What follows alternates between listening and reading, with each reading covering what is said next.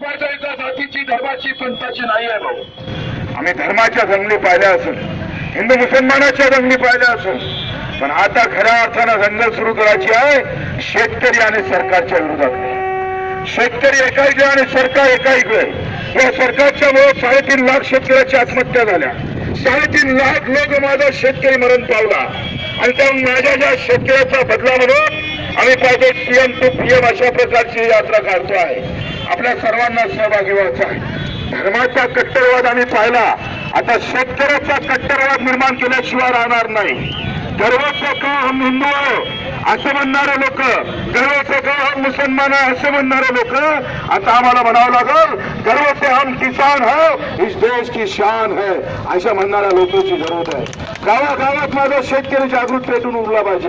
हो तुम्हाला लुटलं आहे आम्हाला सगळ्यांना।